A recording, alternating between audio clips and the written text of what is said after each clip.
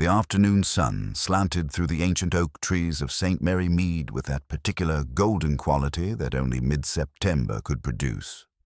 The air carried the mingled scents of late-blooming roses, freshly cut grass, and the faint vanilla sweetness of the sponge cakes arrayed on trestle tables in the garden behind Meadowbank Library. Miss Jane Marple adjusted her straw hat and accepted a cup of tea from young Felicity Crane, the library assistant, whose hands trembled slightly as she poured. The girl was nervous, Miss Marple observed, though whether from the responsibility of serving at such a well-attended event or from some other cause, it was too early to say. "Such a lovely turnout for Mr. Pemberton's retirement," Miss Marple remarked pleasantly, to her keen blue eyes surveying the gathering with the practiced ease of someone who had spent a lifetime watching people at village functions. "Oh yes, Miss Marple," Felicity replied, her voice pitched slightly too high. "Everyone in the village has come to honor him. 37 years as head librarian. It's quite remarkable, isn't it?" Indeed it was. Harold Pemberton stood near the library's French doors, a tall, stooped figure in a slightly shabby tweed suit, his silver hair catching the sunlight. He was engaged in conversation with Colonel Bantry, though his attention seemed to wander, his pale eyes drifting repeatedly toward the upper windows of the library building itself, that handsome Georgian structure that had been his domain for nearly 4 decades. Miss Marple noted this with interest. Not a man should be more present at his own celebration, she thought. It reminded her of when her great-nephew Raymond had seemed distracted at his own engagement party, and that had ended, well, rather badly. "The new librarian arrives next week, I understand," Miss Marple continued, watching Felicity's reaction carefully. The girl's cup clattered in its saucer. "Yes, Miss Cordelia Ashworth. From London." There was something in her tone, resentment, fear, that made Miss Marple file the information away in that capacious mental catalogue she maintained. The garden was filling nicely now. Mrs. Dane, the vicar's wife, held court near the herbaceous border, her voice carrying across the lawn as she expounded on the superiority of her dahlia cultivation. The Mrs. Weatherby, see those elderly twins who lived in the converted coach house on the High Street, sat side by side on a wrought-iron bench, their heads turning in perfect synchronization as they tracked each arrival like a pair of alert birds. Dr. Haydock, the local physician, had cornered Griselda, the vicar's much younger wife, near the refreshment table. Miss Marple smiled slightly. Griselda was such a pretty thing, and Dr. Haydock was old enough to be her father, but his expression was more paternal than predatory. He was gesticulating as he spoke, clearly agitated about something. "The absolute gall of it," his voice rose just enough to carry. "After everything Harold has done for this community, to be treated so shabbily." Now, Haydock," came the measured tones of Mr. Clement, the vicar himself, laying a restraining hand on the doctor's arm. "We mustn't spoil the afternoon with unpleasantness." But what unpleasantness, Miss Marple wondered. Retirements, in her experience, were seldom entirely smooth affairs. There were always hurt feelings, disappointed expectations, the sting of being put out to pasture while one still felt vital and necessary. A new arrival caused a slight stir near the garden gate. Cordelia Ashworth herself had appeared, early and perhaps unwisely. She was a striking woman in her middle 30s, dressed with London sophistication in a dove-grey suit that must have cost more than most of the assembled company spent on clothing in a year.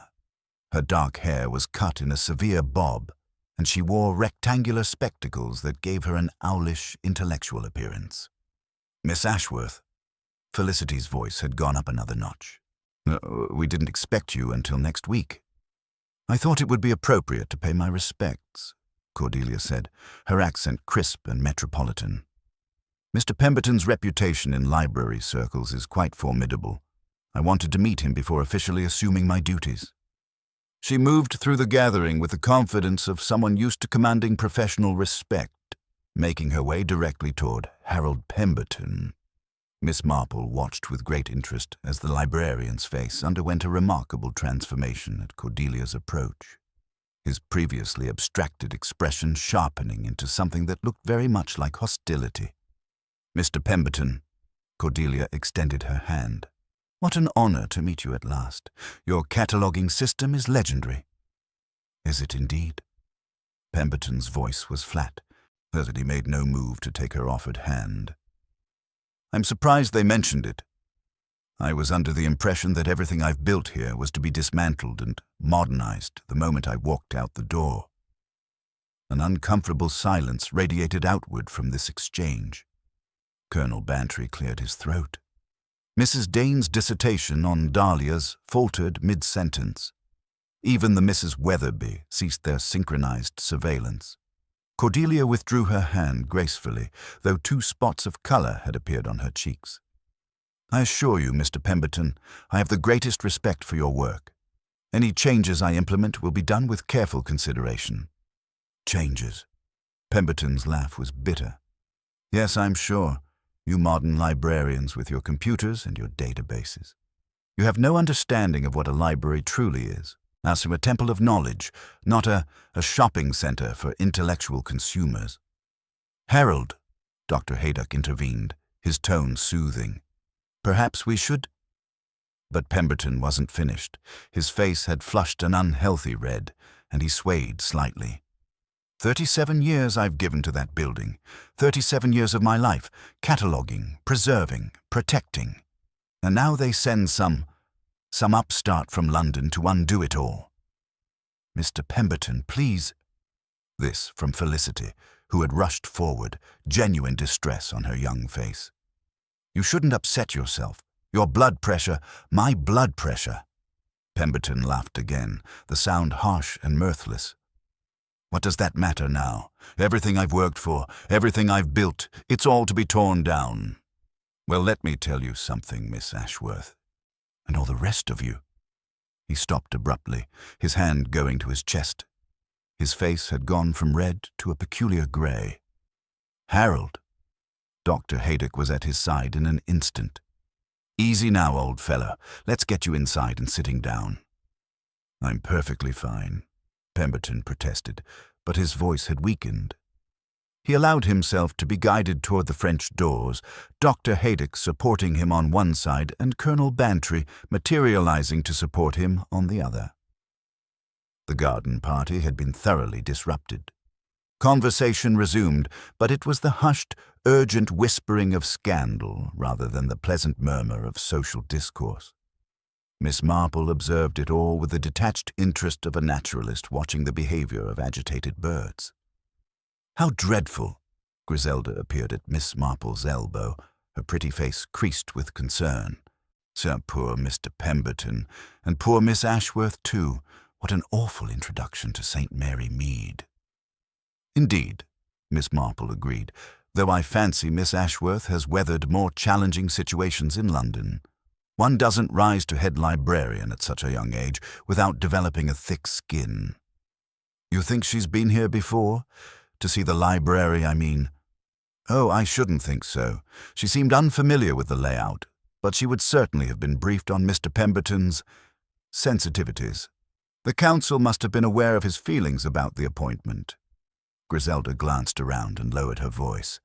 "Leonard, Mr. Clement, says there was quite a row at the council meeting when they announced the decision. Mr. Pemberton wanted Felicity promoted to head librarian. He trained her himself, you see. Yes, and he felt she deserved the position, but the council wanted someone with a more progressive approach." Miss Marple sipped her tea, which had gone tepid. "And how did Felicity feel about that?" "Devastated, naturally. She's worked at the library since she left school. 8 years now. She rather counted on the promotion." 8 years of expectations, Miss Marple thought. And then to have a stranger sweep in and take what you'd been promised, or at least led to believe would be yours. It was enough to make anyone bitter.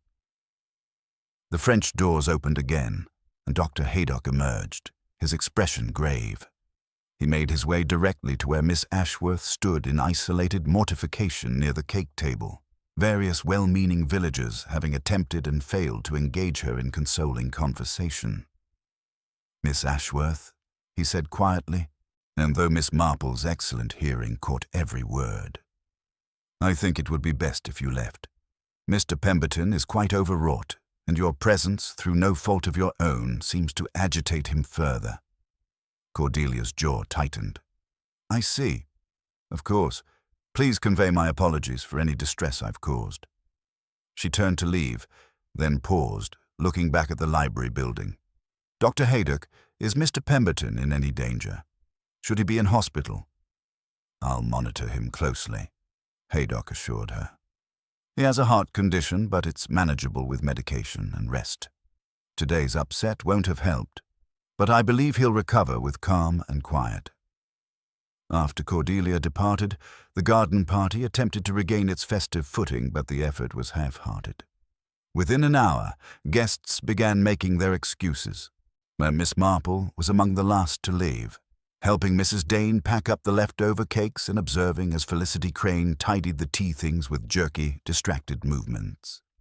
"Such a shame the afternoon ended on that note," Miss Marple remarked to Felicity as she handed her the last of the teacups.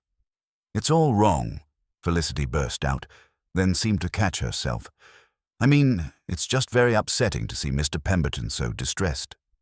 Naturally, you're very fond of him, I imagine, after working together for so long." "He's been like a father to me," Felicity said, her voice thick with emotion. "My own father died when I was 16, and Mr. Pemberton, he taught me everything. The library was supposed to be my future. And now—" She stopped abruptly, as if realizing she'd said too much. "And now things have changed," Miss Marple finished gently.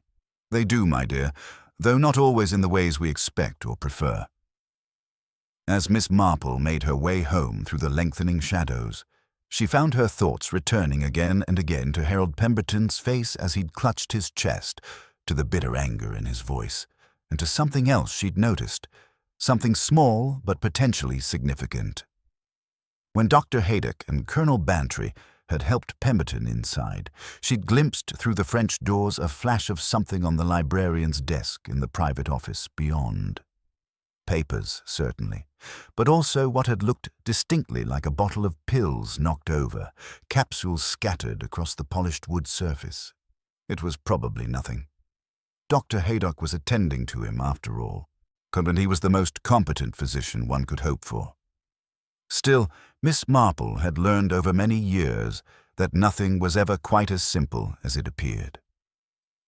She let herself into her cottage just as the church clock struck 6. Her maid, Cherry, had left a cold supper under a cloth, but Miss Marple found she had little appetite. Instead, she settled into her favorite chair by the window with her knitting, a new bed jacket in soft blue wool, and let her mind work over the afternoon's events. Libraries, she reflected, were rather like families. All those books living together in close quarters, all those relationships between librarian and patron, between knowledge and keeper. And like families, they had their secrets, their hierarchies, their bitter disappointments. She was just thinking she might as well go up to bed when she heard the commotion in the village square. Raised voices, running feet. Miss Marple set down her knitting and went to the window. Dr. Haydock's car was speeding past, faster than she'd ever seen him drive. Behind it, the constable's bicycle wobbled dangerously as Police Constable Polk pedaled frantically in the same direction, toward Meadowbank Library. Something had happened. Something serious. Miss Marple put on her coat and walked briskly toward the library, arriving just as a small crowd began to gather. The French doors stood open, spilling yellow light into the now dark garden. She could see Dr. Haydock kneeling beside someone on the floor of the office. "Stand back, please. Everyone stand back," Constable Polk was saying, but his voice shook. Miss Marple moved closer, using her age and apparent frailty to slip past the few villagers who had assembled. From her new vantage point, she could see clearly into the office. Harold Pemberton lay on the floor beside his desk, his body twisted at an unnatural angle. His face was contorted, his lips drawn back from his teeth in what looked like a rictus of agony. The scattered pills she'd glimpsed earlier were still there, a constellation of small white capsules catching the light. Dr. Haydock looked up, his face pale and set.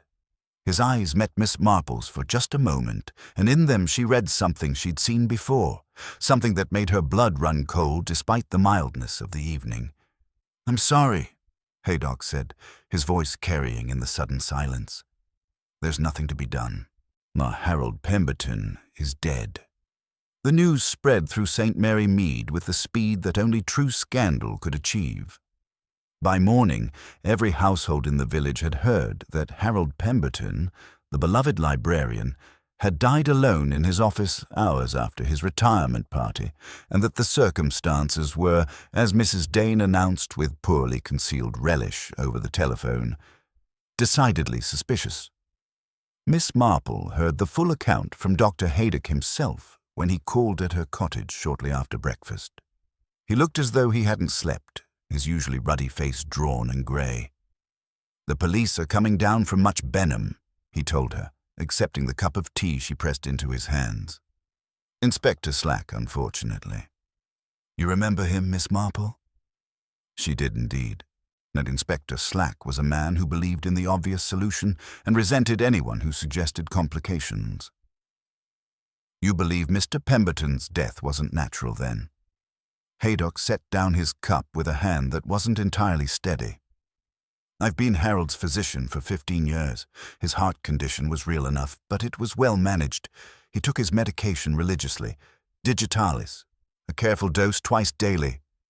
When I examined him yesterday afternoon after that unfortunate scene, his pulse was elevated but not dangerously so. I gave him a mild sedative and told him to rest. He should have been fine. But he wasn't," Miss Marple said gently.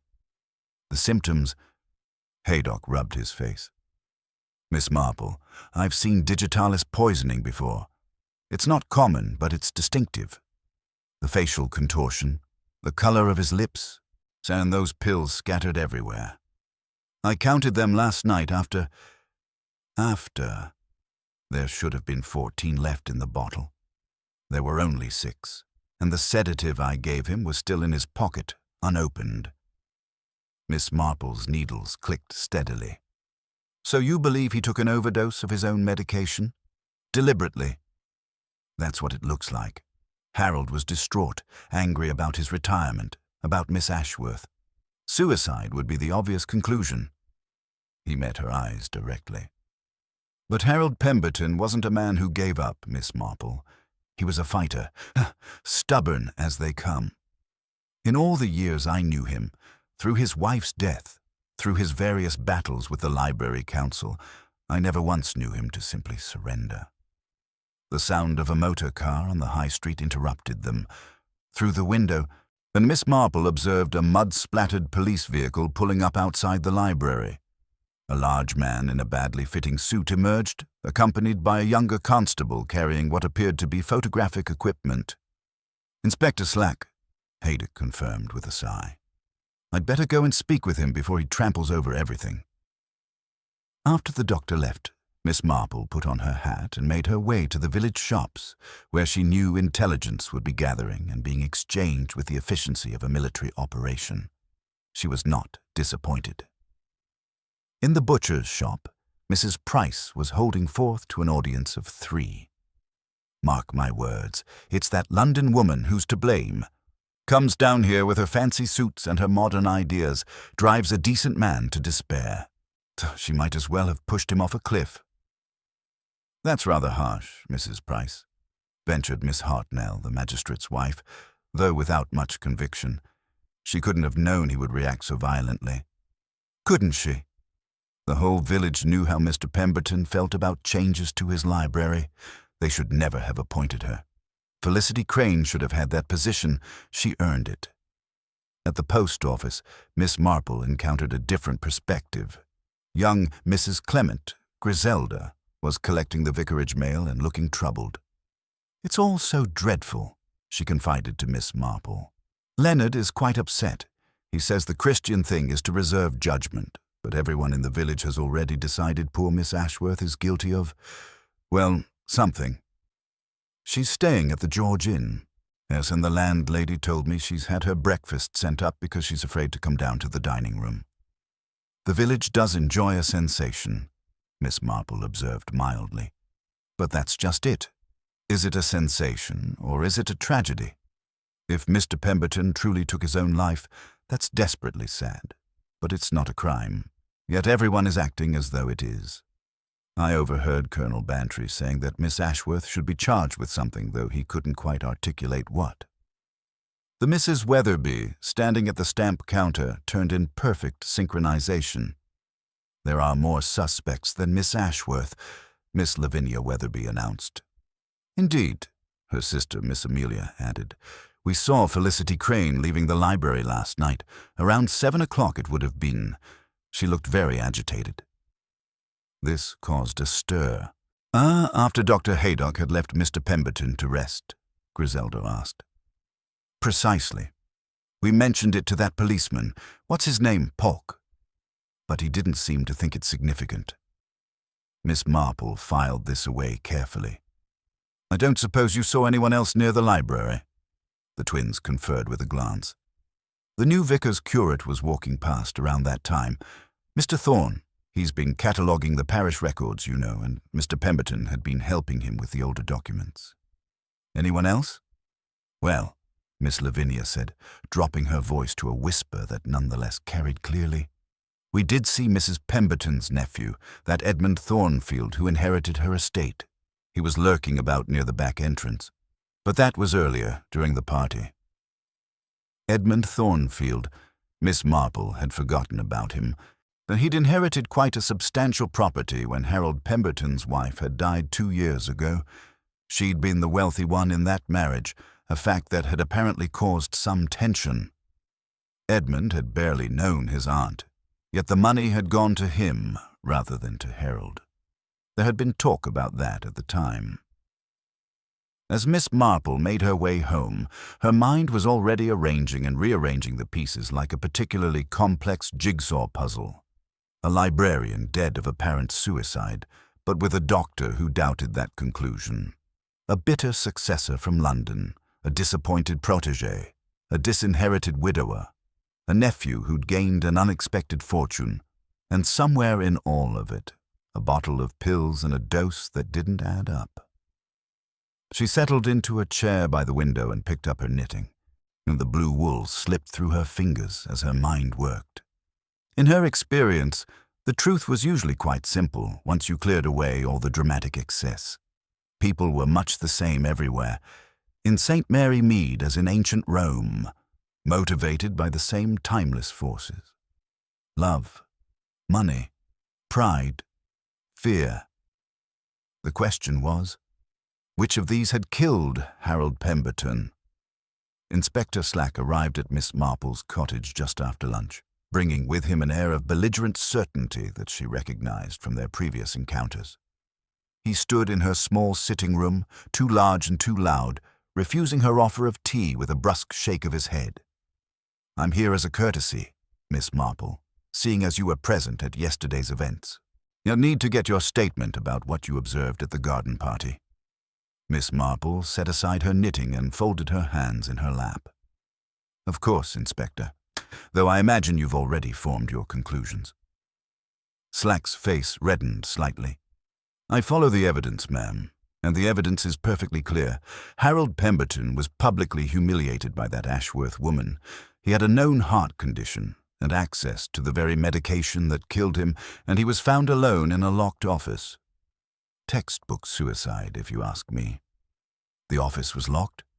"From the inside, yes. Felicity Crane found him when she came back to collect something she'd forgotten. Had to get Constable Park to help force the door. No other way in or out.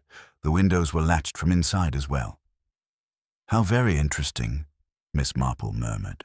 "Aren't it, and the pills that were scattered on the desk?" Slack waved a dismissive hand. "Knocked over in his final moments, obviously. The man was dying, Miss Marple. Hardly surprising he'd thrash about a bit." Quite. Though I wonder, had Mr. Pemberton eaten anything after Dr. Haydock left him? The medication can be quite harsh on an empty stomach, I believe. What's that got to do with anything? Slack demanded. Now, what I need from you is a description of the confrontation between Pemberton and Miss Ashworth. Everything you heard. Miss Marple obliged, recounting the scene with careful accuracy, while Slack's constable took notes. When she finished, the inspector nodded with satisfaction. There you have it. Clear motive for suicide, professional humiliation, loss of life's work, forced into retirement. Open and shut. And Miss Ashworth, you don't suspect her of any direct involvement?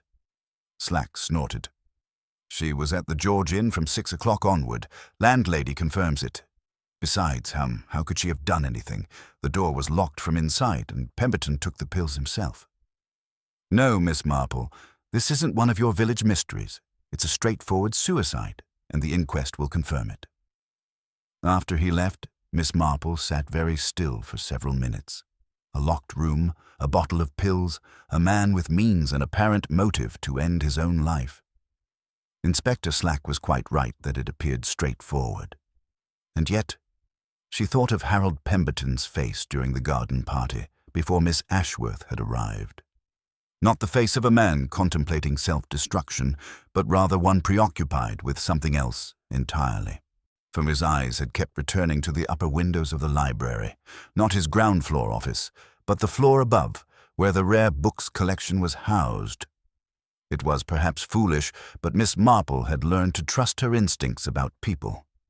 And her instinct told her that Harold Pemberton had been worried about something specific yesterday, something that had preceded and possibly overshadowed his distress about retirement.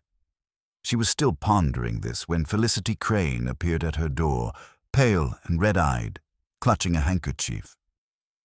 Miss Marple, I'm sorry to disturb you, but I didn't know who else to talk to.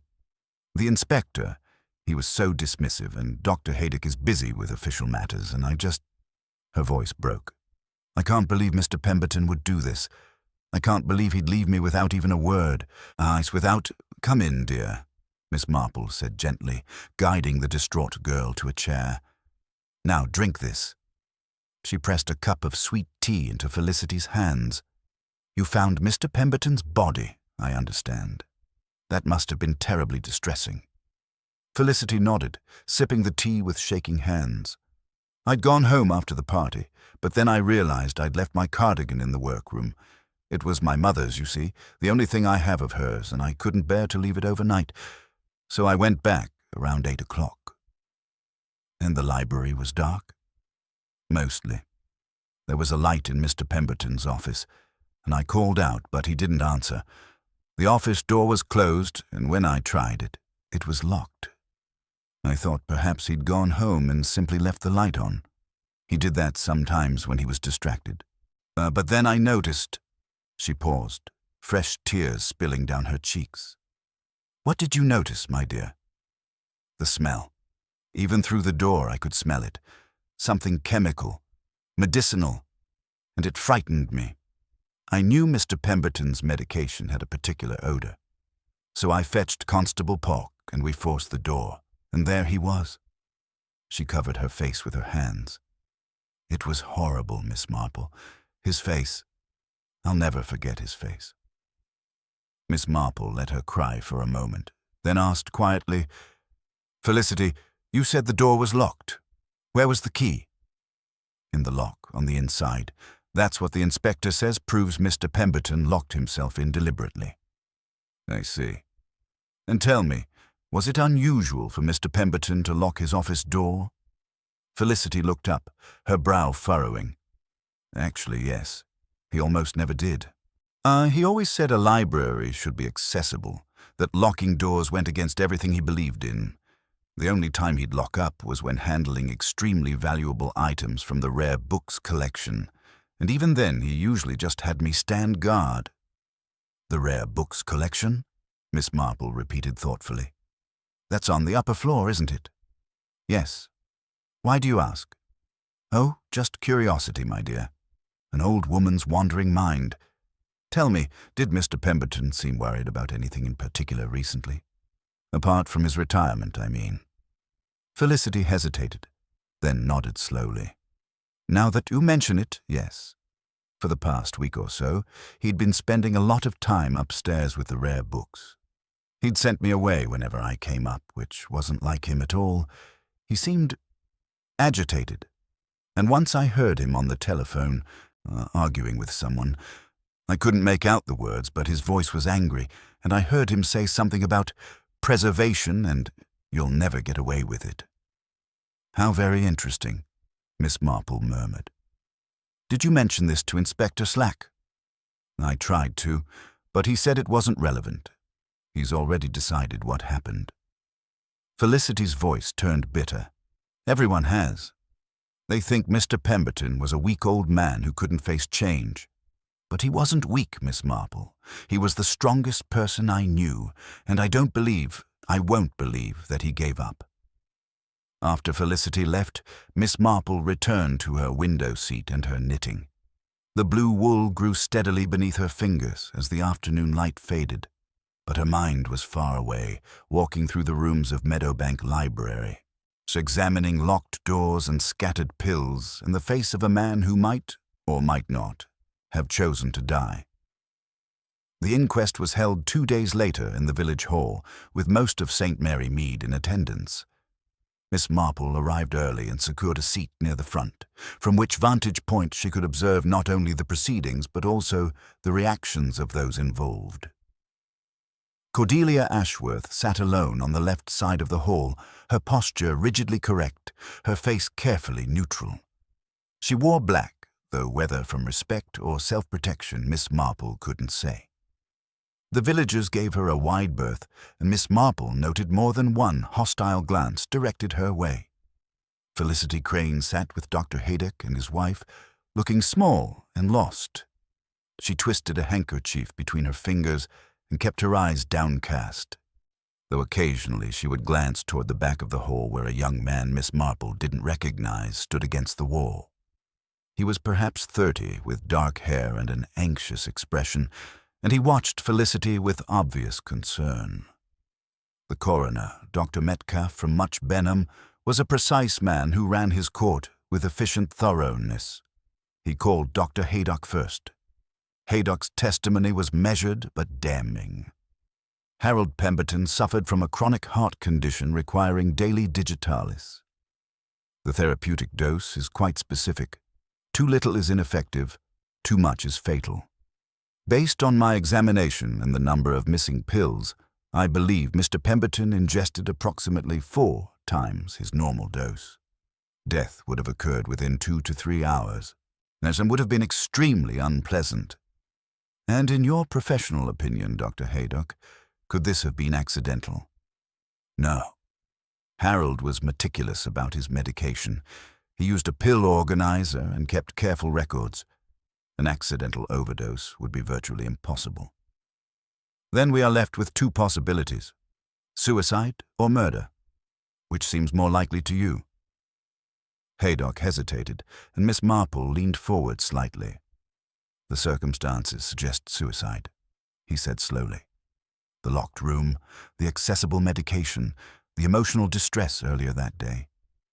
And yet, he paused. Yes, Doctor? Harold Pemberton was not a man who gave up. I've known him for 15 years, and I never saw him yield ground on anything he cared about. Or the idea that one afternoon's unpleasantness would drive him to take his own life. It simply doesn't fit his character. Inspector Slack was called next, and he presented his case with blunt confidence. The locked door, the latched windows, the absence of any signs of struggle or forced entry. There's no evidence of foul play, he concluded. Everything points to suicide.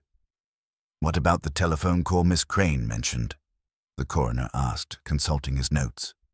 The argument Mr. Pemberton had about preservation and someone not getting away with something? Slack waved this away impatiently. Hearsay and speculation. Miss Crane couldn't identify the other party or provide specifics. Likely it was about the library changes he was upset about. Felicity was called to testify. and when she recounted finding the body in a voice barely above a whisper. The coroner was gentle with her, but Inspector Slack interrupted with questions clearly designed to establish the locked room scenario beyond doubt. The key was in the lock on the inside? Yes. And you're certain the windows were latched? Yes. Constable Polk checked them all. And there's no other entrance to that office? Felicity hesitated, and something flickered across her face. Well, there's the dumbwaiter. A murmur ran through the hall. Inspector Slack's face darkened. What dumbwaiter? In the corner of the office. It connects to the workroom above. We use it to move heavy books between floors, but it's terribly small, barely 2 feet square. No one could possibly fit through it. Why wasn't this mentioned before? Slack demanded. Because it's not relevant, Felicity said, with a flash of spirit. You'd have to be a child to fit through that space, and even then you'd need someone on the other end to operate the pulley system. It's just for moving books. Miss Marple made a mental note. A dumbwaiter was indeed an unlikely means of access, but it was a connection between the locked office and the rest of the building, a connection that hadn't been mentioned in the official investigation. Cordelia Ashworth's testimony was brief and uncomfortable. She confirmed the confrontation at the garden party, her voice steady despite the palpable hostility in the room. I deeply regret the distress my arrival caused Mr. Pemberton, she said. Had I known he would react so strongly, I would never have attended the party. However, I must state clearly that I had no contact with Mr. Pemberton after approximately 3 o'clock that afternoon. I returned to the George Inn and remained there for the rest of the evening. The landlady of the George corroborated this, testifying that Miss Ashworth had taken her supper in her room and not left the premises. The final witness surprised everyone. Edmund Thornfield, the late Mrs. Pemberton's nephew, rose from his seat near the back. He was a well-dressed man in his 40s, with the slightly fleshy face of someone who enjoyed good living. I feel I must speak, he announced, regarding my uncle's state of mind. The coroner invited him forward. You saw Mr. Pemberton recently? 3 days before his death. He contacted me, asking to meet. We had lunch at the Red Lion in Much Benham. And what did he discuss? Thornfield shifted uncomfortably. He wanted to talk about my aunt's will. He claimed, and I want to be clear this was completely unfounded, that I had somehow influenced her decision to leave me the bulk of her estate. He suggested that I had manipulated an elderly woman for financial gain. And had you? Absolutely not. I barely knew my aunt. Her decision to leave her property to me rather than to Harold was as much a surprise to me as to anyone. But Harold was convinced I'd somehow cheated him out of his inheritance. How did he seem during this conversation? Agitated, irrational. He made several wild accusations and said... Thornfield paused dramatically. He said that he would see justice done, and that he knew where certain valuables were that by rights should have been his, and that he would recover what was stolen regardless of the consequences. This caused considerable excitement in the hall. Inspector Slack looked vindicated, as though Thornfield's testimony confirmed his suicide theory. A man desperate enough to contemplate theft might well be desperate enough to end his life. But Miss Marple was watching Thornfield's face, and she saw something there that interested her very much indeed. Edmund Thornfield was lying, not about the meeting perhaps, but about something. His eyes shifted when he spoke of the valuables, and his hands, she noted, trembled slightly as he gripped the witness stand. The coroner adjourned to consider his verdict, and the hall erupted into excited conversation. Miss Marple remained in her seat, as her knitting needles clicking steadily, her mind arranging and rearranging the pieces of this increasingly complex puzzle. A locked room, a dumbwaiter too small for human passage, a telephone argument about preservation, missing valuables, a nephew who inherited instead of a husband, and somewhere in all of it, Harold Pemberton lying dead with his face twisted in agony, surrounded by scattered white pills. The pieces were there. She simply needed to see the pattern they formed. The coroner returned with a verdict of suicide, while the balance of mind was disturbed. It satisfied no one except Inspector Slack, who departed for Much Benham with the air of a man who had efficiently disposed of an inconvenient matter. Miss Marple walked home slowly, her mind troubled. The official explanation had been accepted. The case was closed, and yet she felt that peculiar itch of unresolved questions that she had learned never to ignore. It was rather like the time young Timothy Darrell had been found drowned in the mill pond. Everyone had accepted it as a tragic accident until Miss Marple had noticed that his supposedly waterlogged boots were still laced tightly, which no one swimming voluntarily would bother with. What was the detail here that didn't quite fit? She was pondering this when she encountered the young man she'd noticed at the inquest, the one who'd been watching Felicity Crane. He was standing outside the library, staring up at the building with an expression of deep uncertainty. "Good afternoon," Miss Marple said pleasantly. "I don't believe we've been introduced. I'm Miss Marple," he started, then recovered his manners. "James Pritchard, ma'am. I was a friend of Mr. Pemberton's." "Indeed. Are you a librarian yourself?" "No, ma'am. I work for Hetherington's auction house in London. We specialize in rare books and manuscripts." He hesitated, then seemed to come to a decision. "Miss Marple, may I ask you something? People say you're rather clever about, unusual situations." "Some people are kind enough to say so," Miss Marple replied. "Would you like to walk with me?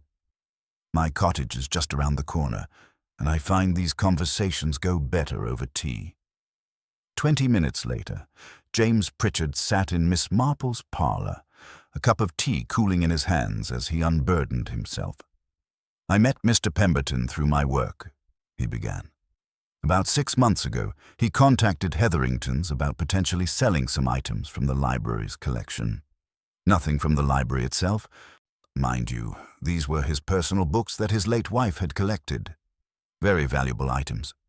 A first folio Shakespeare, some illuminated medieval manuscripts, a Gutenberg Bible page." Miss Marple's needles paused for just a moment. Those must be worth considerable sums. Tens of thousands of pounds, possibly more. Mrs. Pemberton had been a serious collector. When she died, Mr. Pemberton inherited her personal collection, separate from the estate that went to her nephew. He'd been keeping them in the library's rare books room for security, but he'd decided recently to sell them. Said he needed the money. And did he sell them? That's just it. I don't know. 3 weeks ago, he asked me to come down and do a formal appraisal. I spent 2 days examining the items. They were everything he'd described, all in excellent condition. I gave him a written valuation and expected he'd put them up for auction within the month. Pritchard set down his teacup. But then, a week ago, he telephoned me in what I can only describe as a panic. He said there was a problem, that I needed to come back immediately, that something had been discovered that changed everything. Did he specify what? No. I was scheduled to come down the day after he died. Miss Marple, the thing is, he leaned forward earnestly. Mr. Pemberton loved those books. His wife had loved them, and keeping them was his way of keeping her memory alive. The idea that he'd kill himself just when he was about to secure their future, to see them properly valued and preserved, it makes no sense. You think he was murdered, then? Pritchard looked uncomfortable. I know how it sounds. The locked room, all of it. But yes, I think something happened to him. Something connected to those books. Have you shared this theory with Inspector Slack? He wouldn't see me. Said the case was closed and he had no time for romantic speculation. Pritchard's jaw tightened. That's why I'm here, Miss Marple. I heard you were at the garden party, that you see things others miss, and I thought perhaps you might help Felicity. Ah, Miss Marple said softly. So you and Miss Crane are more than casual acquaintances? He flushed. We've been walking out for 3 months now. We met when I came for the appraisal. She helped me access the rare books room. She's terribly upset about all this, and she refuses to believe Mr. Pemberton killed himself. But she has no proof, and everyone treats her like she's in denial. And you believe her instincts? I do. She knew Mr. Pemberton better than anyone. If she says he wouldn't have done this, I believe her. After James Pritchard left, Miss Marple sat very still, her mind working rapidly. Valuable books, a sudden panic, a mysterious discovery. And somewhere in all of it, Harold Pemberton's urgent telephone call about preservation and someone not getting away with it. She needed to see those books. More importantly, she needed to see the rare books room where they'd been kept. The library was officially closed pending Miss Ashworth's formal assumption of duties, but Miss Marple had ways of obtaining access. She telephoned Dr. Haydock. "I need a favor," she told him. "Rather an odd one, I'm afraid. I need to examine the rare books room at the library, and I need to do it without attracting official attention." There was a pause. "Miss Marple, are you investigating Harold's death? Because Inspector Slack made it quite clear." "Inspector Slack has made many things clear over the years," Miss Marple interrupted gently. "He's not always right. Now, can you help me or not?" Another pause, then a sigh. "Felicity still has her keys. I'll speak to her. But Miss Marple, if you're right, if this wasn't suicide, then someone got away with murder," Miss Marple finished. "And in my experience, Doctor, murderers rarely stop at one crime. The longer we wait, the more danger there may be." "I'll arrange it for tonight," Haydock said. "After dark. Meet me at the library's back entrance at 9 o'clock. Miss Marple hung up the telephone and returned to her knitting. The blue wool had grown into quite a substantial piece now, the pattern emerging row by row, stitch by careful stitch. Rather like murder, she reflected. All those individual threads, seemingly disconnected, until suddenly you saw how they wove together into a comprehensible whole. She thought about valuable books and locked rooms, about disappointed protégés and disinherited widowers, about London librarians and auction-house experts. She thought about a man who loved his wife's memory enough to keep her treasures safe, but who suddenly needed money enough to sell them, and she thought about the one question no one had adequately answered. If Harold Pemberton had locked himself in his office to commit suicide, why had he bothered to lock the door at all? That single detail, small and seemingly insignificant, nagged at her like a loose thread. One pulled at loose threads, she had learned, and then sometimes the entire garment unraveled to reveal what lay beneath. Tonight she would pull at that thread and see what it revealed. The back entrance to Meadowbank Library was shrouded in shadow when Miss Marple arrived at 9 o'clock precisely. Dr. Haydock was already there, along with Felicity Crane, who looked pale and nervous in the dim light from the street lamp. "I'm not sure this is wise," Haydock muttered as Felicity unlocked the door. "If Slack finds out, then we shall be very quiet and very quick," Miss Marple replied serenely. "Miss Crane, the rare books room is on the upper floor, I believe?" "Yes, Miss Marple, this way." They climbed the stairs in silence, Felicity leading with a torch, its beam cutting through the darkness. The library at night was a different creature from its daytime self, all shadows and whispers, and the smell of old paper and leather bindings hanging heavy in the still air. The rare books room was at the far end of the upper floor, behind a heavy oak door that Felicity unlocked with a separate key. Mr. Pemberton was the only other person with access, she explained. He was very protective of this collection. Miss Marple stepped inside and waited while Felicity switched on the lights. The room was perhaps 20 feet square, lined floor to ceiling with glass-fronted cases containing leather-bound volumes. In the center stood a large reading table with a green-shaded lamp, and in the corner, Miss Marple's eyes went to it immediately, was the dumbwaiter shaft, its small doors standing slightly ajar. "Show me where Mr. Pemberton kept his wife's books," she requested. Felicity led her to a case along the far wall. Here, he kept them separate from the library's collection, in this locked case. She produced yet another key and opened the glass door. Inside were perhaps 24 volumes, each one clearly valuable, each one carefully positioned. But there were gaps on the shelves, conspicuous spaces where books should have been but weren't. "Were these gaps here when Mr. Pritchard did his appraisal?" Miss Marple asked. "No," Felicity said with certainty. "I helped him that day. Every space was filled. There must have been 30 books in total. So 6 or 7 books are missing now. When did you last see this case completely full?" Felicity's brow furrowed. "The day before the garden party. I came up here to fetch a reference volume for Mr. Pemberton, and I glanced at his wife's collection. I always did. They were so beautiful." But Miss Marple moved slowly around the room, her sharp eyes taking in every detail. She examined the dumbwaiter, noting its small dimensions. Felicity had been right. No adult could possibly fit through that opening. She studied the windows, all firmly latched. She ran her fingers along the shelves, feeling the texture of old leather and gilded spines. Then she stopped. On the reading table, partially hidden beneath a stack of library catalogue cards, was a small notebook. She picked it up carefully. "Did this belong to Mr. Pemberton?" Felicity looked at it and nodded. "Yes, that's his personal notebook. He kept notes about items that needed repair or special attention." Miss Marple opened it. The entries were in a neat librarian's hand, each one dated. She paged through quickly, then stopped at an entry from 10 days ago. Suspicions confirmed. The Ashford hours, binding wrong for period.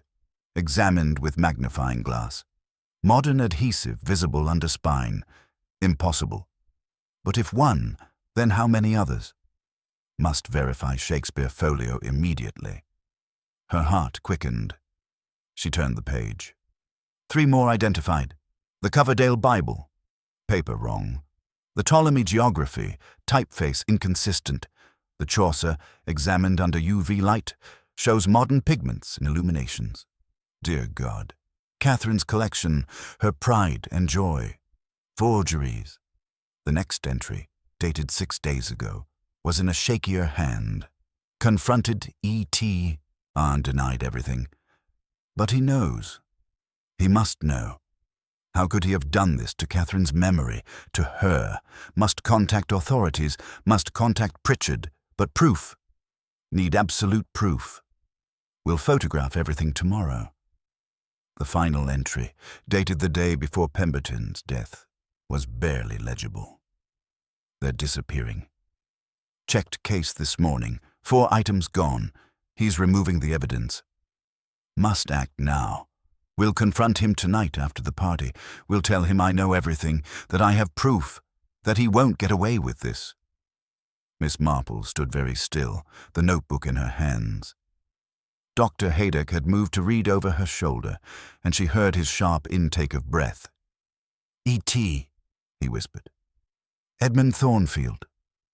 "Indeed," Miss Marple said quietly. "It appears Mr. Pemberton discovered that his wife's valuable book collection, or at least part of it, consisted of expert forgeries, and he believed his nephew was responsible." "But why?" Felicity asked, bewildered. "Mr. Thornfield inherited Mrs. Pemberton's estate. He had money. Why would he forge books?"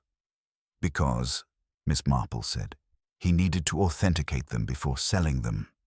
Think about it, my dear. A collection of immensely valuable rare books suddenly appearing on the market from an unknown source would raise questions. But a collection that had been kept for years in a respected library by a devoted collector, examined and handled by a qualified auction house expert, that would be above suspicion. So he substituted forgeries for the real items, Haydock said slowly, probably years ago, to when his aunt was still alive and not paying close attention. He inherited the estate, but the books belonged to Harold. So he had to wait until Harold decided to sell them, and then James Pritchard would value them. They would go to auction, and no one would ever know the genuine articles had been replaced by fakes. Edmund Thornfield would have stolen a fortune from under everyone's noses. Miss Marple closed the notebook. But Harold Pemberton was too good a librarian. He noticed something wrong and began investigating, and when he discovered the truth, he confronted his nephew. "And Thornfield killed him," Felicity breathed. "But how? The locked room—" "Yes," Miss Marple said. "That is still the question. How did Edmund Thornfield murder Harold Pemberton in a locked room with latched windows and no apparent means of access?" She looked again at the dumb waiter, at the reading table, at the careful arrangement of the remaining books. The pattern was there. She could feel it, but not all the pieces had revealed themselves yet. "We need to search this room thoroughly," she announced.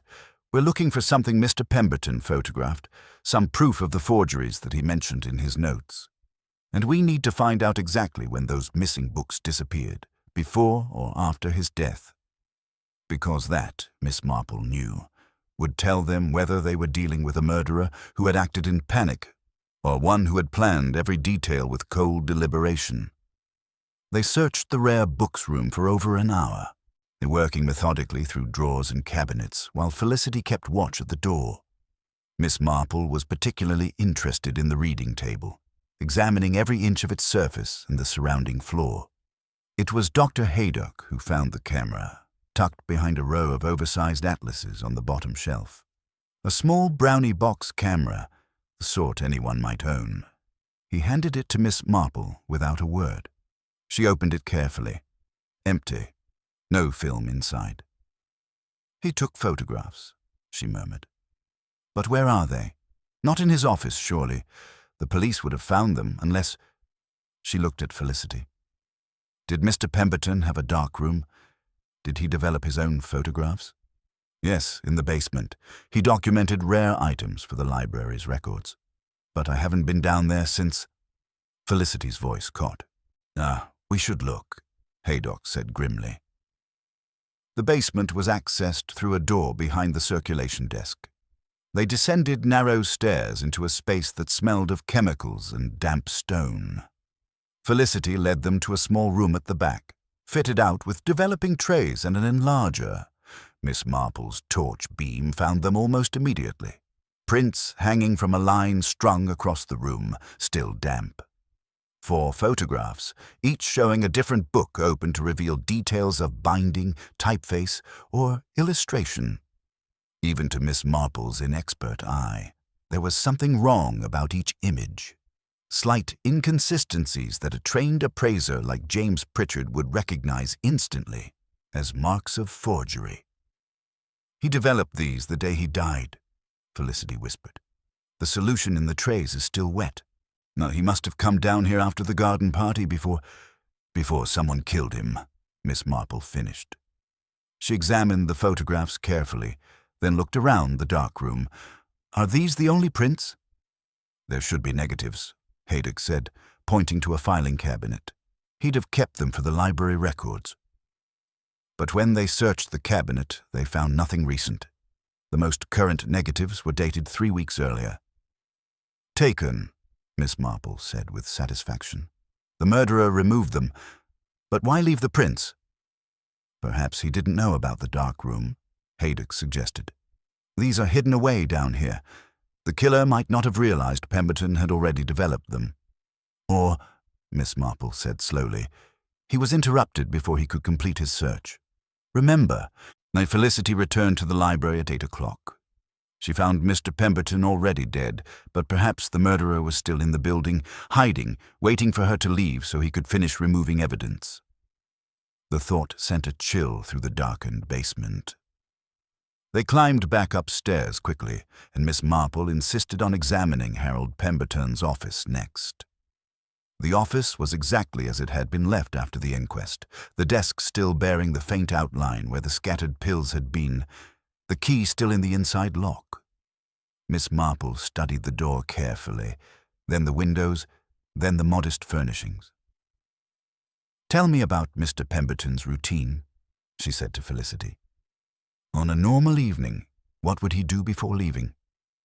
"He'd check the day's returned books, update the catalogue, lock the petty cash box in his desk drawer. Then he'd do a final walkthrough of the building to make sure all the lights were off and the windows secure." "Starting from the top floor?" Yes, always. He'd work his way down, checking the rare books room, then the main floor, then the basement. His office was always the last stop before leaving. Miss Marple nodded thoughtfully.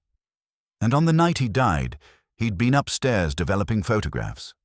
Then he came down here to his office. Dr. Haydock, you said you gave him a sedative and told him to rest. What time was that? Around 4:30. I stayed with him perhaps 20 minutes to make sure he was calming down. Then I left. He was sitting at his desk, not doing much of anything, just staring into space. And Felicity, you found him dead at 8 o'clock. That's over 3 hours. Time enough for him to develop the photographs, return to his office, and... She paused. And receive a visitor. But the door was locked from inside. Haydock objected. Yes, Miss Marple said. That has been troubling me considerably. Let me think it through. Mr. Pemberton returns from the dark room with his proof of forgery. He's in his office. Doing what? Waiting for someone, perhaps. He'd written in his notebook that he would confront Edmund Thornfield tonight after the party. So he was expecting Thornfield to come here. But Thornfield couldn't have locked the door from inside after killing him, Felicity said. There's no other way out. Miss Marple moved to examine the door more closely, running her fingers along the frame, the lock mechanism. Then she turned to the desk, opening drawers, checking beneath papers. In the bottom right drawer, she found something interesting, a length of string, perhaps 2 feet long, with a loop tied at one end. What's this for? She asked Felicity. I don't know. I've never seen it before. Miss Marple held it up to the light, her mind working. String, a lock, a key left in place on the inside. She'd read about such things in detective stories, but could they actually work in practice? She moved back to the door, examining the gap between the door and frame. Then she did something that made both her companions stare. She closed the door with herself on the outside, leaving the key in the inside lock. She threaded the string through the gap at the bottom of the door, creating a loop. Then she manipulated the string carefully, feeding it through, adjusting the angle. It took her 3 attempts, but on the 3rd try, she felt the string catch on something. She pulled gently, steadily, and heard a soft click. She tried the door handle. It didn't turn.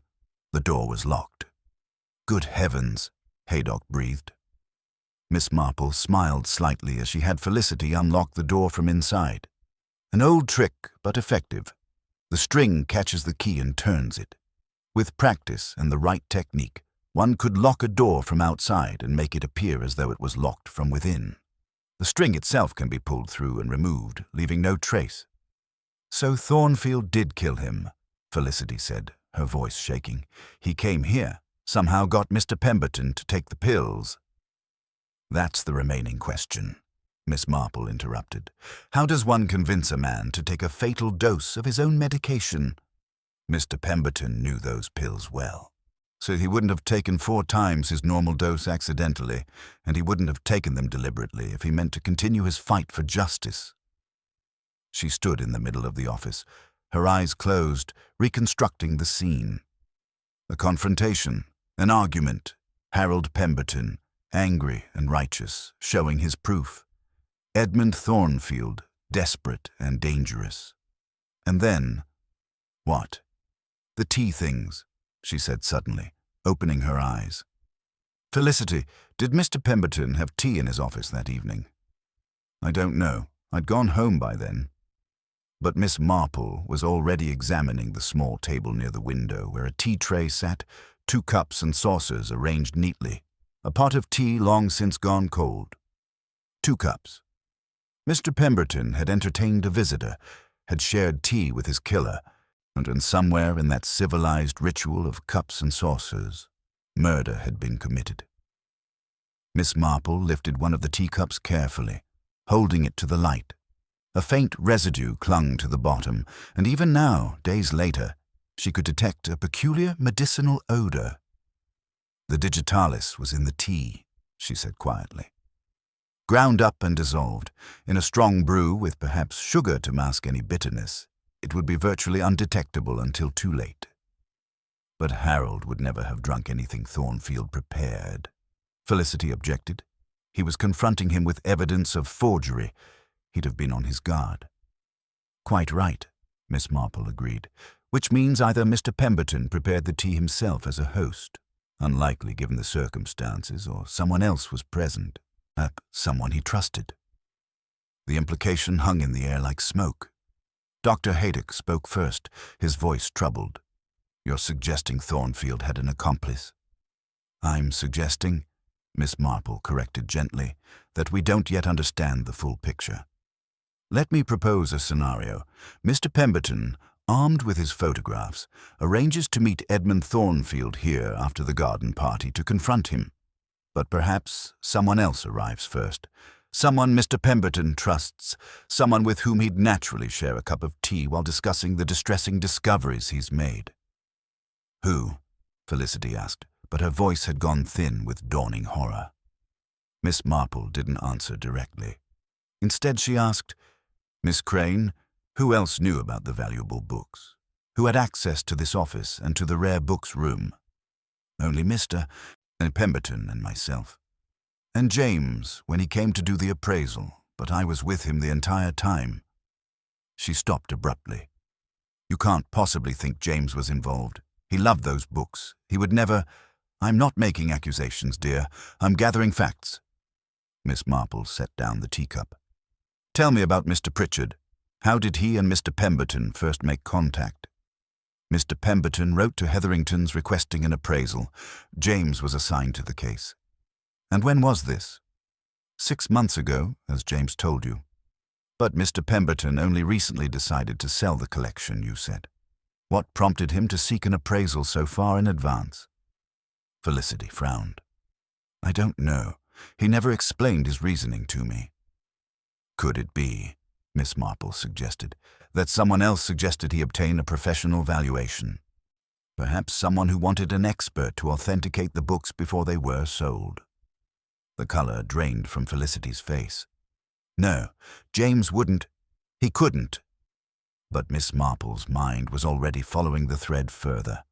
An auction house expert, an apparently legitimate appraisal. Edmund Thornfield inheriting an estate, but not the valuable books. Those books needing to be authenticated before they could be profitably sold. What if the forgeries hadn't been created to steal from Harold Pemberton at all? What if they'd been created to replace genuine items that had already been sold quietly, privately, years ago, before anyone knew their true value? "Mrs. Pemberton died 2 years ago," Miss Marple said. "She'd been ill for some time before that, I understand?" "Yes," Haydock confirmed. "Cancer, so she was in considerable pain toward the end. Not always lucid. And during that time, who had access to her book collection? Harold, primarily. He was devoted to her care." Haydock's eyes widened. "Surely you're not suggesting Harold was involved in some scheme to—" "No," Miss Marple said firmly. "I'm suggesting that during the confusion and distress of a terminal illness, certain items might have been removed without anyone noticing. Later, when the collection was catalogued for insurance or estate purposes, forgeries could have been substituted to hide the theft." "Edmund Thornfield," Felicity breathed. "He visited his aunt during her illness. I remember Mr. Pemberton mentioning it. Said it was the first time Edmund had shown any interest in the family." "Precisely. He visited a dying woman, assessed the value of her book collection, and began systematically replacing the most valuable items with expert forgeries. But he needed time for the forgeries to age, to acquire the patina of legitimacy, and he needed a buyer who wouldn't ask too many questions about provenance." Miss Marple paused, letting the implications settle. "Then Mrs. Pemberton died, leaving her estate to Edmund but her books to her husband. Edmund must have been frustrated. He had replaced the genuine articles with fakes, but now he couldn't simply sell the fakes without Harold's permission. He had to wait for Harold to decide to sell them himself. So he encouraged him," Haydock said slowly. "Perhaps suggested Harold needed money, that the books should be sold. And recommended a particular auction house," Miss Marple added. One where he had connections, or where someone might be willing to authenticate forgeries without asking too many difficult questions in exchange for a share of the profits from the genuine items being sold elsewhere. Felicity shook her head violently. James would never do that. I know him. He's honest and decent, and he loved Mr. Pemberton. Did he? Miss Marple asked gently. Or did he love you, Miss Crane, and tell you what you wanted to hear? Think carefully, my dear. Mr. Pritchard appeared in St. Mary Mead 6 months ago. He began walking out with you 3 months ago. He gained access to the rare books room, examined every item carefully, and provided a written valuation. And then, just when Mr. Pemberton discovered something was wrong and asked him to return immediately, Mr. Pemberton died. But James wasn't even here, Felicity protested. He was in London, so he couldn't have— No, Miss Marple agreed. He couldn't have murdered Mr. Pemberton himself, but Edmund Thornfield was here. Edmund Thornfield, who stood at the inquest and lied about his uncle's state of mind, who made Harold seem irrational and desperate. Edmund Thornfield, who had everything to lose if the forgeries were exposed. She moved to the window, looking out at the darkened village. 2 men working together, one providing the expertise to create and authenticate the forgeries, one with the access and opportunity to substitute them, one in London, safely distant, one here in St. Mary Mead, and between them, murder. But we can't prove it, Haydock said heavily. The photographs show forgeries, but they don't prove who created them or who knew about them. The string trick with the door is clever, but it doesn't prove Thornfield used it, and Pritchard's involvement is pure speculation. Not quite, Miss Marple said. She turned back to them, her eyes sharp. We have one piece of evidence that changes everything. The missing books, 6 or 7 volumes taken after Mr. Pemberton's death. Why remove them? The forgeries were already in place. The answer is simple. Those weren't forgeries. Those were the last remaining genuine items. She let that sink in. Edmund Thornfield came to this library, murdered his uncle, locked the door with the string trick, and then went upstairs to the rare books room to collect the final pieces of evidence. But he was interrupted. Felicity returned for her cardigan. He had to hide, had to wait. By the time the police arrived and the building was secured, it was too late to remove the books without being noticed. So where are they now? Felicity asked. Still here, Miss Marple said with quiet certainty. Hidden somewhere in this library. Thornfield couldn't risk taking them out with the police investigation ongoing. He's waiting for things to settle, for the building to reopen under Miss Ashworth's management, for an opportunity to retrieve them without suspicion. She smiled, a small, determined smile. Which means, my dear doctor, that we're going to set a trap, and Edmund Thornfield is going to walk right into it.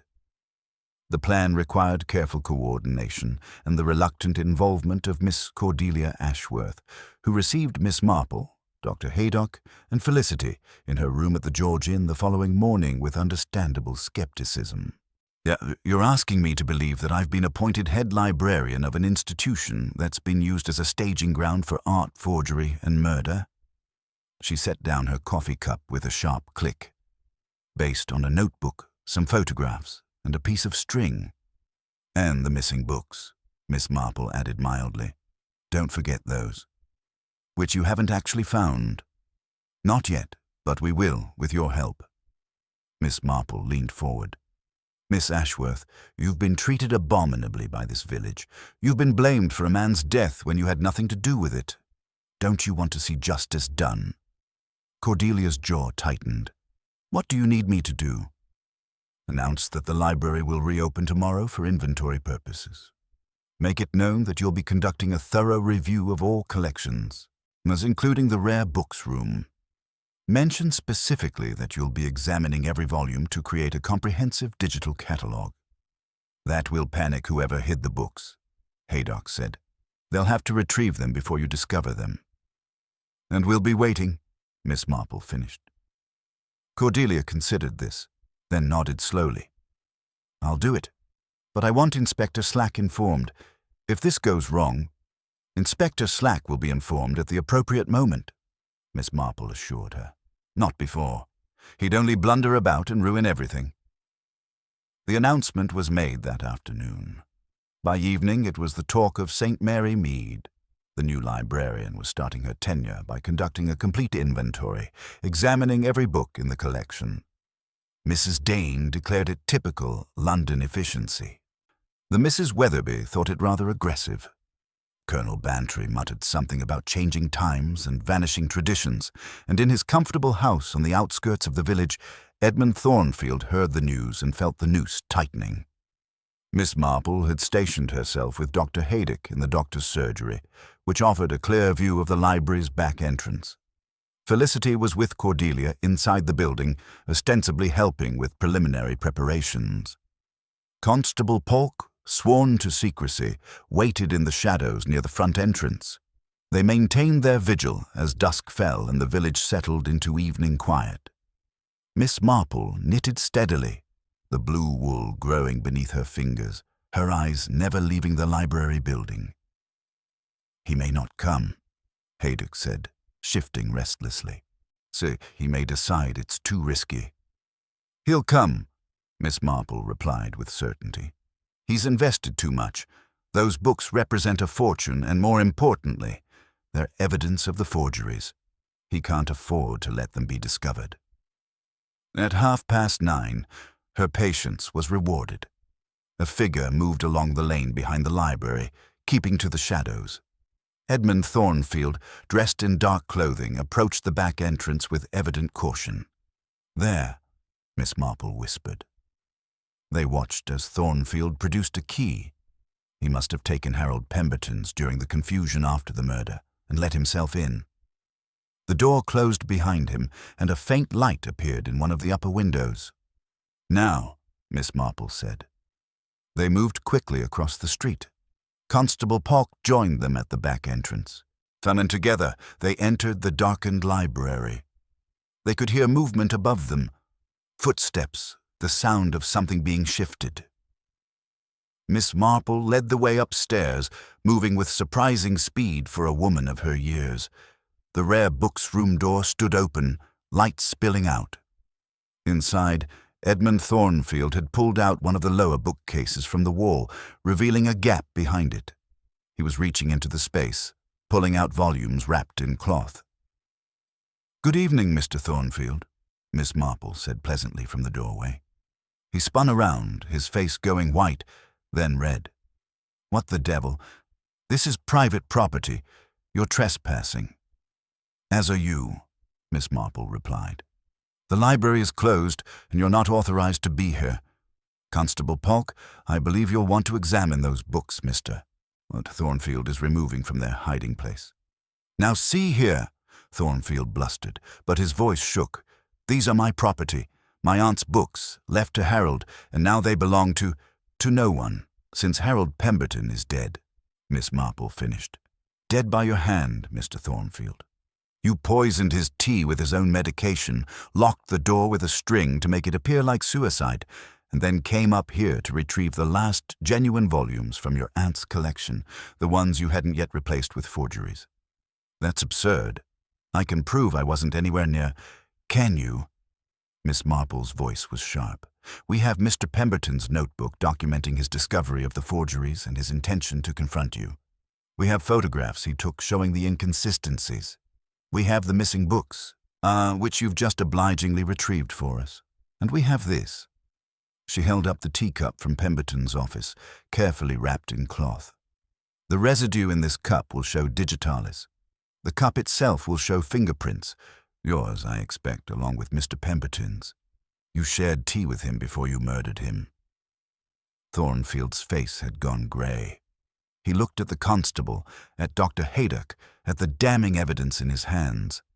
Then he made a desperate lunge for the door. He didn't make it 3 steps before Constable Polk caught him with more athleticism than anyone had credited the elderly policeman with possessing. "Edmund Thornfield," Polk said with satisfaction, "I'm arresting you for the murder of Harold Pemberton." As Thornfield was led away, still protesting, still denying, Felicity emerged from where she'd been watching in the corridor. Her face was pale but resolute. Was James truly involved? She asked Miss Marple quietly. We'll know soon enough, Miss Marple replied. Inspector Slack will have to investigate the connection between Thornfield and Hetherington's auction house. If Mr. Pritchard is innocent, the truth will exonerate him. If he's guilty, well, my dear, you're better off knowing now than later. Cordelia Ashworth stood in the center of the rare books room, looking at the displaced bookcase, the hidden gap, the wrapped volumes. What a way to begin a new position, she said with a shaky laugh. Murder and art forgery. Look at it this way, Miss Marple said, her eyes twinkling slightly. At least now the village knows you weren't responsible for Mr. Pemberton's death. Thus you may even become quite popular once the story gets out. Small comfort, Cordelia muttered, but there was a hint of relief in her voice. As they left the library, Miss Marple paused at the door to look back at the building. Harold Pemberton had spent 37 years protecting knowledge, preserving truth. In the end, he died defending those principles. But truth, like murder, had a way of refusing to stay hidden. It emerged, piece by piece, clue by careful clue, until the whole picture became clear. Rather like knitting, Miss Marple thought, one stitch at a time until the pattern revealed itself. Inspector Slack arrived from Much Benham the following morning in a state of barely suppressed fury. He found Miss Marple in her cottage garden, calmly deadheading roses as though she hadn't demolished his carefully closed case the night before. Miss Marple, he said through clenched teeth, I've just spent 2 hours with Edmund Thornfield and his solicitor. He's claiming he was retrieving his own property, that you've manufactured evidence, that this is all some elaborate fantasy. Has he explained why he needed to retrieve his property in the middle of the night from behind a bookcase? Miss Marple inquired mildly, snipping another spent bloom. Slack's color deepened. That's not the point. The point is you conducted an unauthorized investigation, tampered with a crime scene, and extracted what you call evidence without proper procedure. Any decent barrister will have this thrown out before it reaches trial. Then I suggest you build a proper case, like Inspector. Miss Marple set down her secateurs and fixed him with a steady gaze. The evidence is there.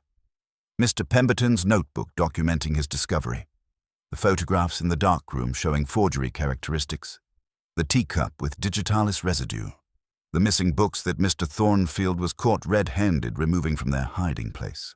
And if you investigate Hetherington's auction house thoroughly, I suspect you'll find records of private sales that correspond suspiciously with items from Mrs. Pemberton's collection. And what about this Pritchard fellow? You think he's involved? I think, Miss Marple said carefully, that you should examine all financial transactions between James Pritchard and Edmund Thornfield. You should also investigate whether the forgeries were created before or after Mr. Pritchard began working at Hetherington's. And you should ask yourself why a junior appraiser was assigned to what should have been a significant commission. Slack pulled out his notebook with obvious reluctance and began writing. Anything else? Yes. Check Mr. Thornfield's movements on the day of the murder. He claimed at the inquest that he was at home, but I doubt anyone can corroborate that. And examine his financial situation. I suspect you'll find he's been living beyond his means, counting on the proceeds from selling the genuine books to cover his debts. After Slack departed, still grumbling, Miss Marple received a visit from Felicity Crane. The young woman looked as though she hadn't slept, her eyes red-rimmed but determined. James telephoned this morning, she said without preamble. The police came to the auction house. They're investigating all his records, questioning his colleagues. She twisted her handkerchief between her fingers. He swears he knew nothing about the forgeries, that he conducted the appraisal in good faith, but Miss Marple, if that's true, why didn't he notice? He's supposed to be an expert. An excellent question, Miss Marple agreed. What does he say? That the forgeries were extraordinarily good. Museum quality, that without specialized equipment and extensive comparative analysis, they'd fool almost anyone.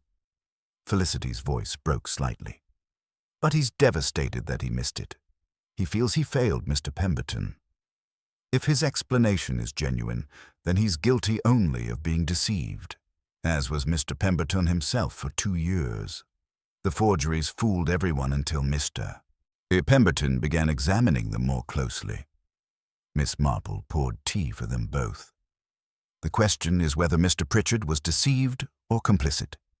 That will depend on evidence of contact with Mr. Thornfield and any financial arrangements between them. "I want to believe him," Felicity said softly. "But I keep thinking, if he was involved, if he was using me to get access to the collection, to gain Mr. Pemberton's trust—" She couldn't finish the thought. "Then you'll heal, my dear, as painful as it is now. But if he's innocent and you abandon him based on suspicion rather than fact, you may regret it for the rest of your life." Miss Marple sipped her tea. "Give Inspector Slack time to investigate properly. The truth will emerge." Over the following days, the truth did indeed emerge, piece by documented piece. Edmund Thornfield's finances revealed significant gambling debts and a lifestyle maintained through increasingly desperate measures. Records at Hetherington's showed that James Pritchard had never had any contact with Thornfield outside the professional appraisal, had received no unusual payments, and had indeed been assigned the commission through normal channels. More damningly for Thornfield, a search of his house revealed correspondence with a forger in Amsterdam, including detailed specifications for reproducing specific volumes. The genuine books, when examined by experts from the British Museum, proved to be worth even more than initially estimated, nearly £70,000 in total. The mechanism of the murder became clear as well. Thornfield had arrived at the library around 6 o'clock, after Dr. Haydock left, and he'd brought tea, a neighborly gesture to soothe tensions, and while Harold Pemberton stepped out briefly to check something in the rare books room, Thornfield had dissolved 8 digitalis tablets in his uncle's cup. They'd talked, or rather argued, as Pemberton confronted him with the photographic evidence.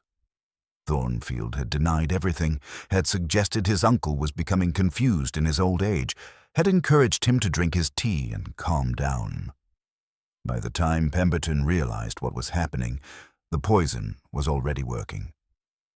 Thornfield had simply waited, watching his uncle die in agony, then arranged the scene to suggest suicide. The string trick with the lock, he admitted this under questioning, he'd read about in a detective novel. The arrogance of it, Dr. Haydock said when he related this to Miss Marple. To think he could commit murder and pass it off as suicide, to think no one would notice the inconsistencies. He nearly succeeded, Miss Marple pointed out. If not for Mr. Pemberton's meticulous documentation and your own doubts about the suicide theory, he would have gotten away with it entirely. The trial, when it came 3 months later, was brief and conclusive. Edmund Thornfield was convicted of murder and sentenced to hang. James Pritchard, after thorough investigation, was cleared of any involvement, though the scandal damaged his career significantly. He left Hetherington's and took a position at a smaller auction house in Bath. Felicity Crane wrote to him, and he wrote back. Whether anything would come of it, Miss Marple couldn't say, but she had hopes for them both. Young love, properly tested, sometimes proved stronger than one expected. Cordelia Ashworth took up her position as head librarian with considerably more welcome than her arrival had promised. The village, guilty about their initial hostility, bent over backwards to be accommodating. She modernized the catalogue system, yes, but she did it with such respect for Harold Pemberton's legacy that even the most traditional villagers approved. The genuine books from Mrs. Pemberton's collection were sold at auction, with the proceeds going to establish the Harold Pemberton Memorial Fund for library preservation. It seemed a fitting tribute to a man who had dedicated his life to protecting knowledge and had died defending truth. Miss Marple attended the dedication ceremony for the Harold Pemberton Memorial Reading Room on a bright morning in the early December. The room, Formerly, the rare books collection space had been lovingly restored and furnished with comfortable chairs, good lighting, and a brass plaque commemorating the former librarian's decades of service. Cordelia Ashworth gave a brief speech about Pemberton's legacy, carefully avoiding any mention of the circumstances of his death. Felicity Crane unveiled the plaque, her hands steady now, her grief transmuted into something quieter and more sustainable. The village turned out in force, perhaps motivated partly by guilt, but also by genuine respect for a man they'd taken for granted during his lifetime. After the ceremony, Miss Marple found herself standing alone in the reading room, examining the shelves that had once held the fateful collection. The forgeries had been destroyed, the genuine articles sold, and when the space now housed a carefully curated selection of first editions purchased with Memorial Fund money. Legitimate books with unimpeachable provenance. Miss Marple? Cordelia Ashworth appeared in the doorway. I wanted to thank you privately. Without your intervention, I'd have been forever tainted by association with Mr. Pemberton's death. The village would never have accepted me. They're accepting you quite well now, Miss Marple observed. Yes, though I sometimes wonder if I should have taken a position elsewhere. There are ghosts in this building. Cordelia glanced around the room. I find myself thinking about him, about what he must have felt when he discovered the forgeries. The betrayal, the anger, his wife's precious collection, tainted by her own nephew's greed. He felt all those things, Miss Marple agreed. But more than anything, I think he felt determination. Harold Pemberton wasn't a man who accepted injustice. He documented everything, gathered his evidence, prepared to fight. In the end, that determination exposed his murderer even after his own death.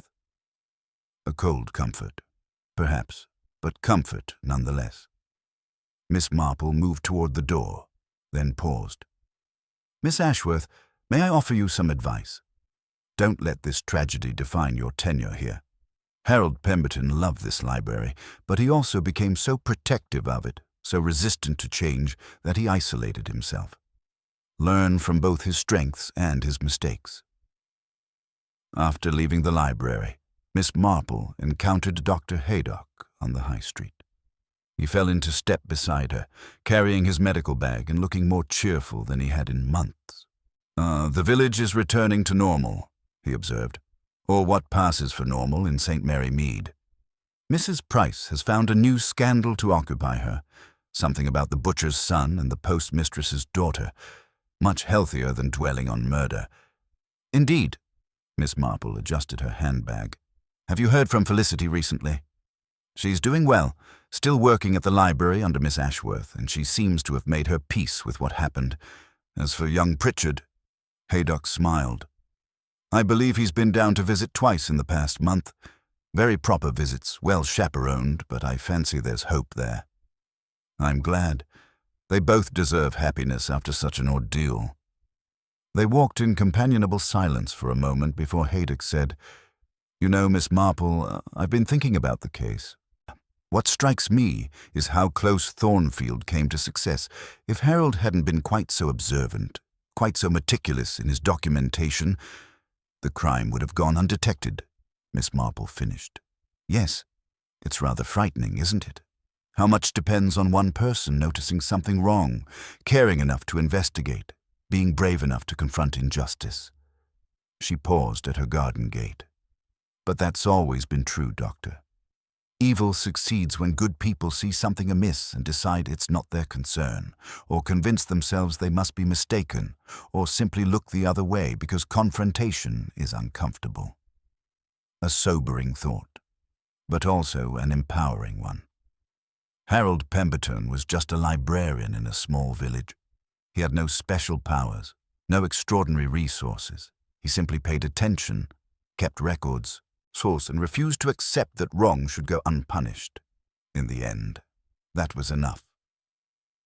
That evening, Miss Marple settled into her favorite chair with her knitting.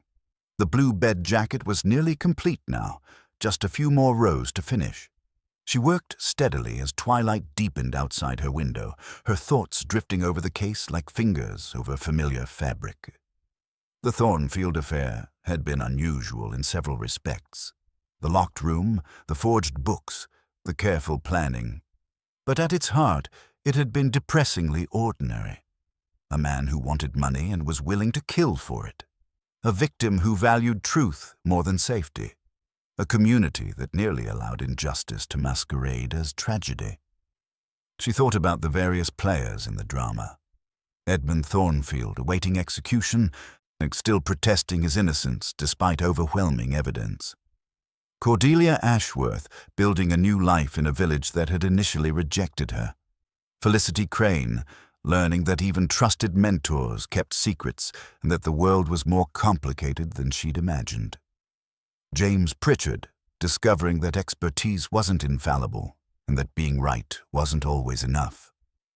And Harold Pemberton, who had spent 37 years cataloguing and preserving knowledge, only to discover that the most precious items in his care were clever fakes. He'd had so little time to act on that discovery, mere days between realization and death. But he'd used that time well, documenting everything, creating a record that would ultimately convict his killer. Miss Marple finished the final row and cast off. The bed jacket was complete, and soft and warm and precisely constructed. She held it up to examine her work, checking for any flaws or missed stitches. Finding none, she folded it carefully and set it aside. Rather like detective work, she reflected. You gathered your threads, the clues, the observations, the small inconsistencies that others overlooked. You worked them carefully, row by row, until a pattern emerged. Sometimes the pattern was obvious, sometimes subtle, but it was always there if you paid attention and had patience. Spring came to St. Mary Mead with its usual gentle insistence, crocuses pushing through the earth, trees budding along the high street, and a general sense that the village was shaking off the darkness of winter and the darker memories of autumn. Then Miss Marple planted sweet peas in her garden and observed the return to normalcy with the same careful attention she brought to everything. The library flourished under Cordelia Ashworth's management. She'd implemented her modernizations tactfully, keeping what worked while gently updating what didn't.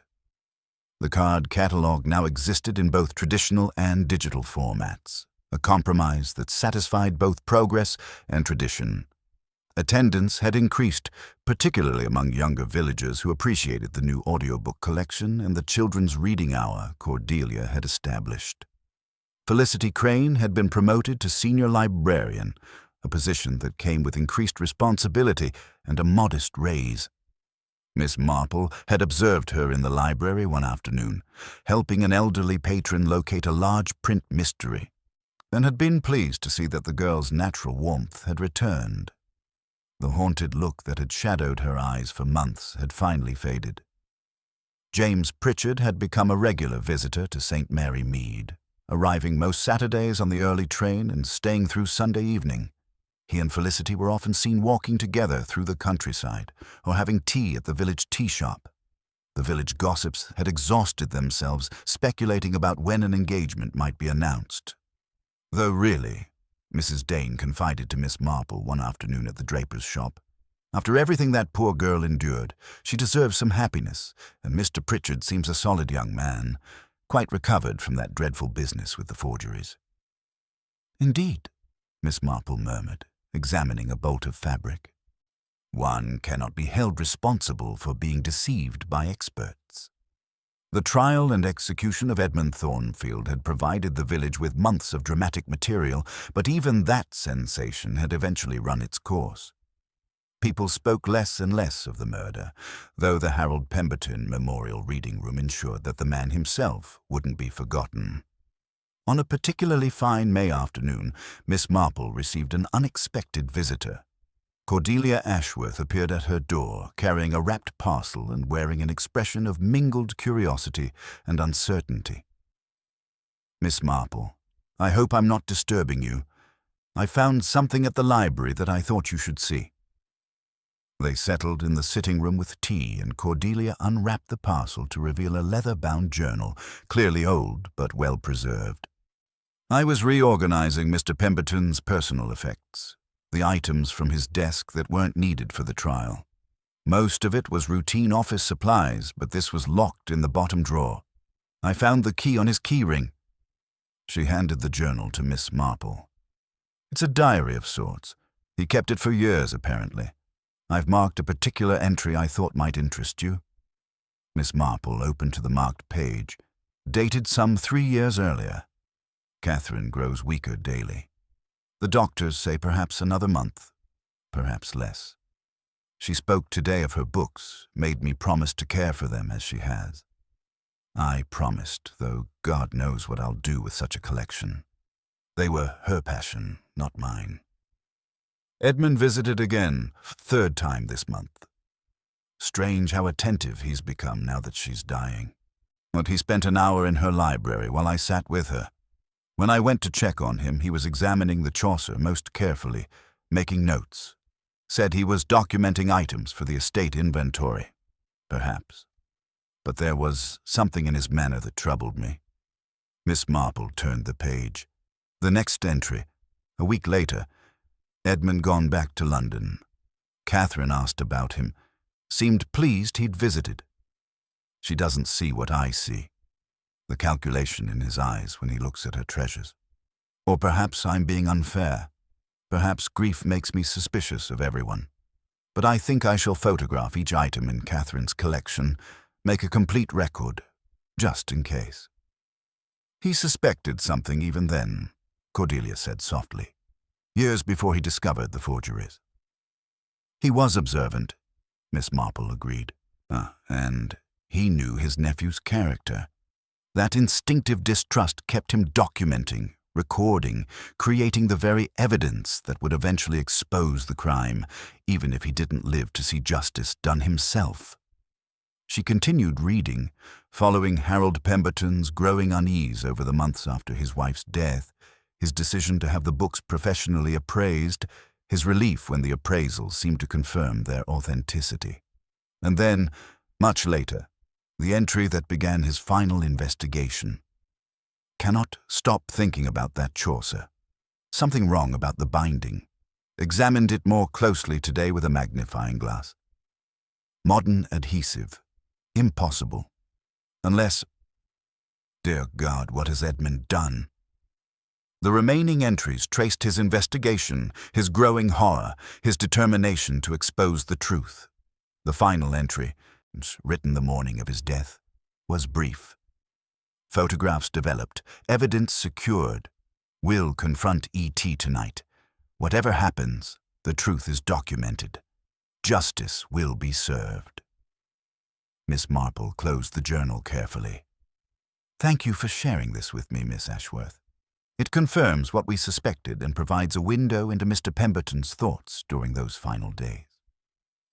It's terribly sad, Cordelia said. He knew he was taking a risk confronting Thornfield. He must have known it might end badly. But he did it anyway. Because it was right, Miss Marple said simply. Because allowing evil to succeed unopposed was unthinkable to him. That's courage, Miss Ashworth. Not the absence of fear, but the refusal to let fear prevent action. After Cordelia left, Miss Marple sat for a long time with the journal in her lap, so thinking about Harold Pemberton. She'd never known him well. He'd been a fixture of village life, always there but rarely noticed, like the church clock or the post box. Only in death had his true character been revealed. Meticulous, principled, brave.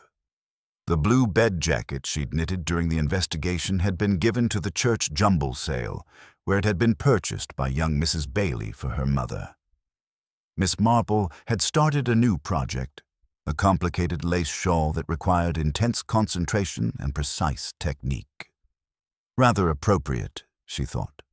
Some cases were straightforward, like a simple bed jacket. Others were complex, requiring patience and skill and the ability to see how intricate patterns emerged from individual threads. The Pemberton case had been one of the latter. Forgery and murder, in locked rooms and hidden books, human greed and human courage, all woven together. But the pattern had emerged eventually, as patterns always did, and Harold Pemberton, who had spent his life organizing knowledge and revealing truth, had done so one final time through the careful records he'd left behind. Miss Marple picked up her needles and began the first row of the lace shawl. Outside her window, St. Mary Mead continued its gentle existence, children playing, neighbors chatting, the ordinary rhythms of village life. Ordinary, until something disrupted it, until someone noticed something wrong and cared enough to investigate, until the pattern emerged and truth prevailed, one stitch at a time.